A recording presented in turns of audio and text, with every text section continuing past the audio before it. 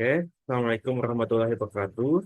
Selamat malam kepada Bapak Dr. Jenur Eko Prasetyo, selaku dosen analisis laporan keuangan. Dan selamat malam juga kepada teman-teman kelompok 6 yang hadir pada kesempatan kali ini. Untuk materi bahasan kali ini, kita membahas mengenai analisis aktivitas operasi. Yang mana anggota kelompok kami itu ada 5 orang. Saya sendiri, Akbar Hadis Maramanda dengan NIM 152.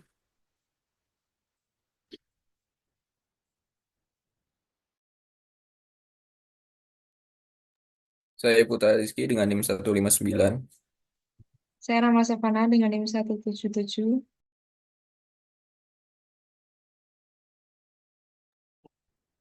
Saya Zaki Avicenna dengan NIM 139.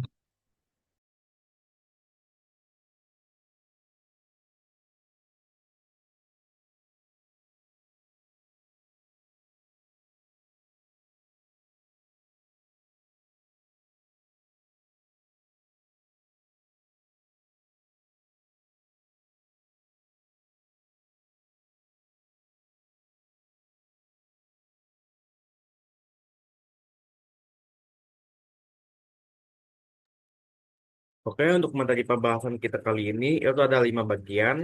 Bagian pertama itu ada income measurement, yang kedua ada non-recurring items, yang ketiga ada revenue recognition, yang keempat ada deferred charge and supplementary employee, dan yang terakhir itu ada interest cost and income tax. Dimulai dari materi pertama, Zakia Pisena, dipersilakan.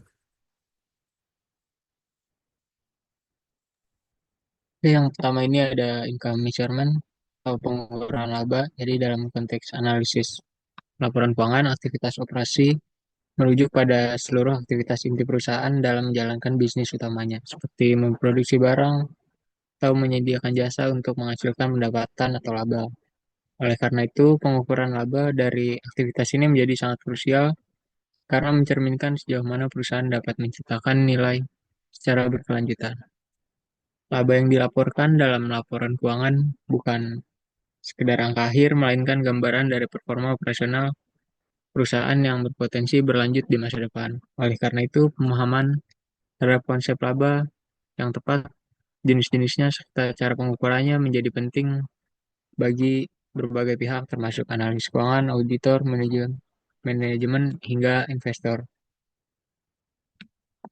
Namun, laba akuntansi ini tidak selalu mencerminkan laba ekonomi yang sesungguhnya. Hal ini karena laba akuntansi bisa dipengaruhi oleh item-item non-rasional, misalnya keuntungan dari penjualan aset, item non-berulang seperti pendapatan insidentil, serta pengaruh dari kebijakan akuntansi yang digunakan perusahaan seperti metode depresiasi, estimasi masa manfaat aset, atau penerapan nilai wajar. Oleh karena itu, untuk menilai kualitas laba secara lebih akurat, perlu dilakukan pemisahan dan analisis lebih lanjut terhadap komponen-komponen yang menyusun laba tersebut. Next. Komponen utama pengukuran laba akuntansi. Jadi laba akuntansi ini tersusun dari beberapa komponen utama yang masing-masing memiliki karakteristik dan implikasi analitis tersendiri. Pertama ini ada pendapatan atau revenue, merupakan arus kas atau hak untuk menerima kas yang timbul dari aktivitas utama perusahaan, seperti penjualan produk atau jasa. Kemudian yang kedua ada keuntungan atau gain, adalah kenaikan nilai ekonomi yang tidak berasal dari kegiatan utama seperti hasil dari penjualan aset tetap. Tiga, beban atau expense adalah pengorbanan sumber daya yang timbul dari aktivitas operasional rutin perusahaan seperti biaya bahan baku, gaji karyawan, atau biaya utilitas. Keempat ini ada kerugian atau loss, yaitu penurunan nilai ekonomi yang biasanya berasal dari aktivitas sampingan atau kejadian insidentil seperti denda, penalti, atau kerugian dari bencana alam. Lalu selanjutnya ada tiga pengukuran laba alternatif. Jadi dalam praktik akuntansi dikenal tiga pendekatan umum dalam mengukur laba masing-masing, memiliki fungsi dan kegunaan yang berbeda. Yang pertama ini ada laba bersih atau net income, yaitu merupakan hasil akhir yang disajikan dalam laporan laba rugi meskipun lazim dijadikan patokan sebagai kinerja perusahaan. Laba bersih tidak selalu mencerminkan kinerja yang berkelanjutan karena dapat mencakup elemen-elemen non-operasional. Yang kedua ada pendapatan komprehensif atau comprehensive income. Ini adalah ukuran lebih luas karena mencakup seluruh perubahan dalam ekuitas yang bukan berasal dari kontribusi atau distribusi kepada pemilik.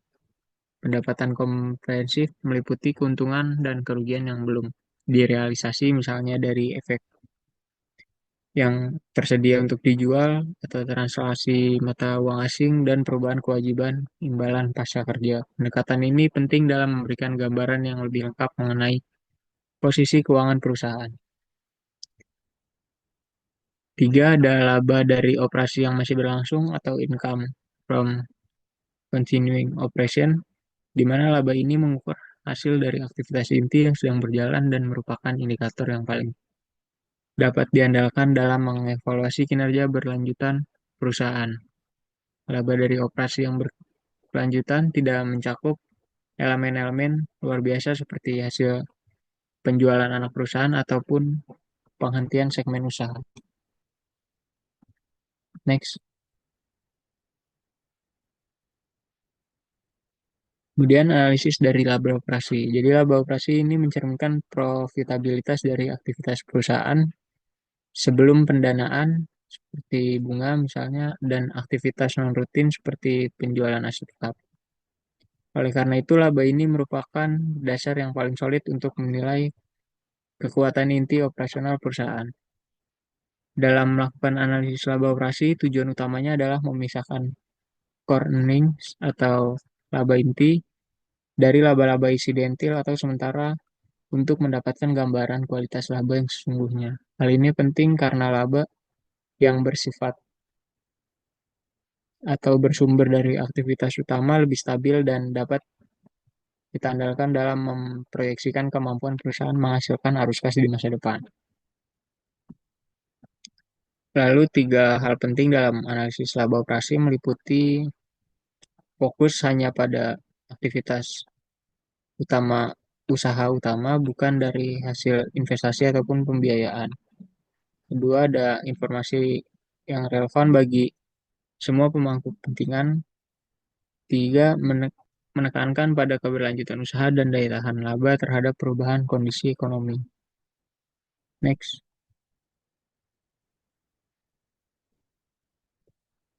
Selanjutnya ini analisis laba non-operasi dan laba komprehensif. Jadi laba non-operasi ini berasal dari aktivitas yang tidak berkaitan langsung dengan bisnis inti dan sifatnya seringkali tidak berulang. Misalnya keuntungan dari penjualan aset tetap, dividen dari investasi minoritas, dan pendapatan dari klaim asuransi. Komponen-komponen ini harus dianalisis secara terpisah karena tidak mencerminkan kinerja operasional yang sesungguhnya dan tidak selalu dapat diandalkan untuk masa depan. Sementara itu, pendapatan komprehensif lain atau other comprehensive income ini mencakup pos-pos yang mempengaruhi ekuitas namun belum direalisasi dan tidak masuk dalam laba rugi. Komponen OCI ini mencakup keuntungan atau kerugian atas efek tersedia untuk dijual, kemudian penyesuaian nilai tukar dari kegiatan usaha luar negeri, serta penyesuaian aktuarial atas kewajiban pensiun.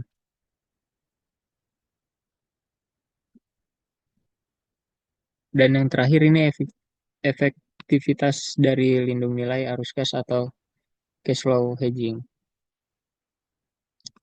Nah, meskipun seluruh komponen OCI ini penting untuk pemahaman menyeluruh atas ekuitas, satu komponen yang terbukti paling relevan secara konsisten dalam penilaian ekuitas adalah unrealized gain atau loss atas efek yang tersedia untuk dijual, terutama dalam perusahaan-perusahaan keuangan seperti bank dan lembaga investasi.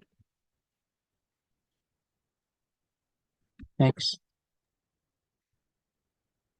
Oke, kemudian selanjutnya ini ada materi mengenai non-recurring items atau aset yang dianggap berulang. Yang pertama itu ada barang luar biasa, Biasanya barang luar biasa ini terjadi dan biasa jarang terjadi dalam operasi bisnis. Contohnya itu ada kerugian akibat bencana alam seperti gempa bumi atau banjir, denda besar akibat gugatan hukum yang tidak biasa, dan pendapatan dari penjualan aset non operasional yang sangat signifikan. Yang kedua itu ada operasi yang dihentikan, yang mana ini mencakup bagian dari bisnis yang tidak lagi beroperasi dan telah atau sedang dalam proses dijual atau ditutup. Contohnya itu ada perusahaan yang menutup satu divisi bisnis yang tidak menguntungkan. Kan perusahaan itu ada beberapa divisi ya, yang mana semua divisinya itu ada bagiannya masing-masing. Kemudian si perusahaan ini nih deh, dia ada mau nutup salah satu divisi karena dianggap tidak menguntungkan. Ini merupakan aktivitas lagi operasi yang dihentikan. Kemudian itu ada pelepasan lini produk tertentu yang tidak sesuai dengan strategi bisnis baru.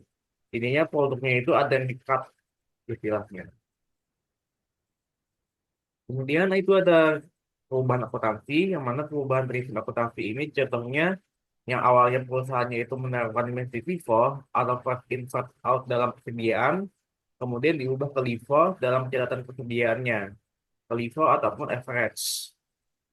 Dua, itu ada perubahan estimasi akuntansi, contohnya revisi umur manfaat aset tetap yang mengubah nilai penuntutan. Kemudian itu ada perubahan entitas pelaporan, contohnya konsolidasi atau akuisisi perusahaan lain yang menyebabkan perubahan dalam laporan keuangan. Lalu recurring items yang keempat itu ada barang spesial, di mana barang spesial ini itu mencakup transaksi yang tidak dapat dikategorikan sebagai pendapatan biasa, tapi masih berhubungan dengan operasi biasa. Contohnya itu ada biaya restrukturisasi perusahaan akibat PHK, dan yang kedua itu ada pendapatan dari kompensasi asuransi setelah kebakaran pabrik. Next.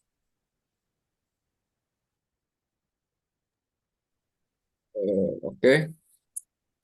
Selanjutnya ada revenue recognition atau pengakuan pendapatan.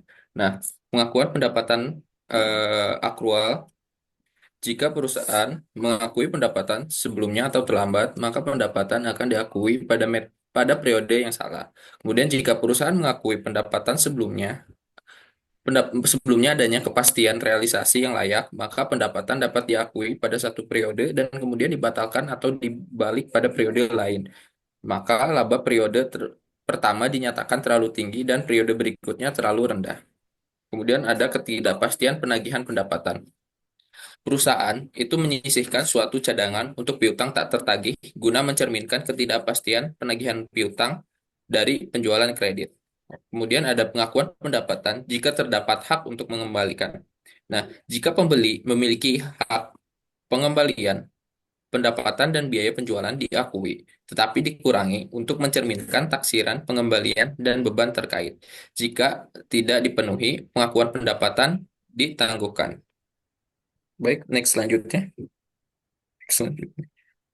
Next slide. Nah, kemudian ada perjanjian pembiayaan produk. Perjanjian yang melibatkan transfer atau perolehan persediaan oleh sponsor yang secara substansi merupakan perangkat pembiayaan persediaan.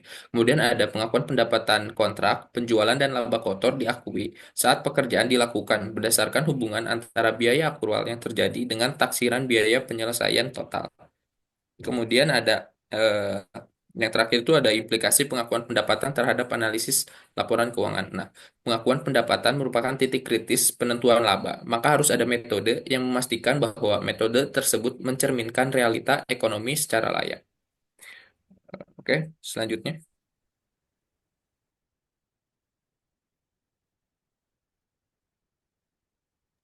Nah, selanjutnya deferred charge.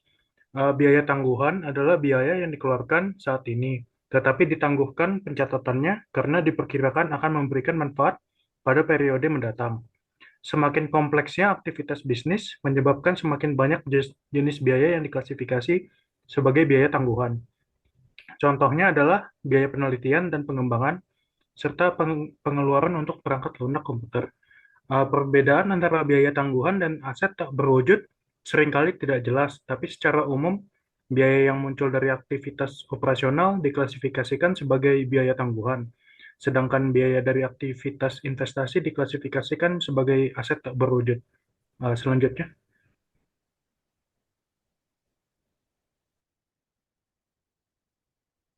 Eh, ini supplementary employee benefits. Tekanan sosial, persaingan, dan kelangkaan talenta karyawan telah menyebabkan berkembangnya berbagai bentuk tunjangan karyawan yang melengkapi gaji dan upah. Beberapa tunjangan tambahan seperti uang cuti, bonus bagi hasil, serta asuransi kesehatan atau jiwa yang dibayarkan perusahaan dapat diidentifikasi dengan jelas pada periode ketika tunjangan tersebut diperoleh atau diberikan. Biaya-biaya ini tidak menimbulkan masalah dalam pengakuan dan akrual akuntansi. Namun, tunjangan tambahan lainnya karena sifatnya yang tidak pasti atau bersyarat, tidak selalu langsung diakui secara penuh atau tepat waktu dalam akuntansi. Next.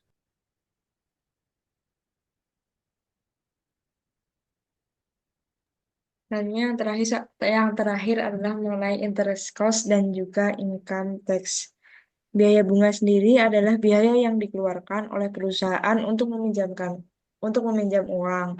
Nah, ini termasuk bunga yang dibayarkan atas utang jangka pendek dan jangka panjang, seperti pinjaman bank dan juga obligasi. Nah, pajak penghasilan sendiri merupakan pajak yang dikenakan pada laba yang diperoleh perusahaan. Pajak ini dapat berupa pajak yang dibayarkan saat ini dan pajak yang ditangguhkan. Next. Sumber dari biaya bunga sendiri yang pertama dari utang jangka pendek, contohnya pinjaman bank. Yang kedua berasal dari utang jangka panjang, misalnya obligasi yang diterbitkan. Nah, dampak biaya bunga pada laporan keuangan yang pertama pada laporan laba rugi, yaitu biaya bunga dicatat sebagai beban yang mengurangi laba bersih. Yang kedua pada laporan arus kas, yaitu pembayaran bunga dicatat sebagai arus kas keluar dari aktivitas operasi. Next. Selanjutnya jenis pajak penghasilan yang pertama adalah pajak penghasilan badan atau corporate income tax, pajak yang dikenakan pada laba bersih perusahaan. Yang kedua, pajak yang ditangguhkan atau deferred tax, pajak yang diakui tetapi belum dibayarkan, biasanya terkait dengan perbedaan temporer antara laba akuntansi dan juga laba pajak. Dampak pajak penghasilan pada laporan keuangan itu sendiri, yang pertama pada laporan laba rugi, yaitu pajak penghasilan dicatat sebagai beban pajak yang mengurangi laba bersih. Yang kedua pada laporan arus kas, yaitu pembayaran pajak dicatat sebagai arus kas keluar dari aktivitas operasi. Next. Baik, sekian presentasi dari kelompok kami. Salah hilap mohon maaf. Kami akhiri. Wassalamualaikum warahmatullahi wabarakatuh.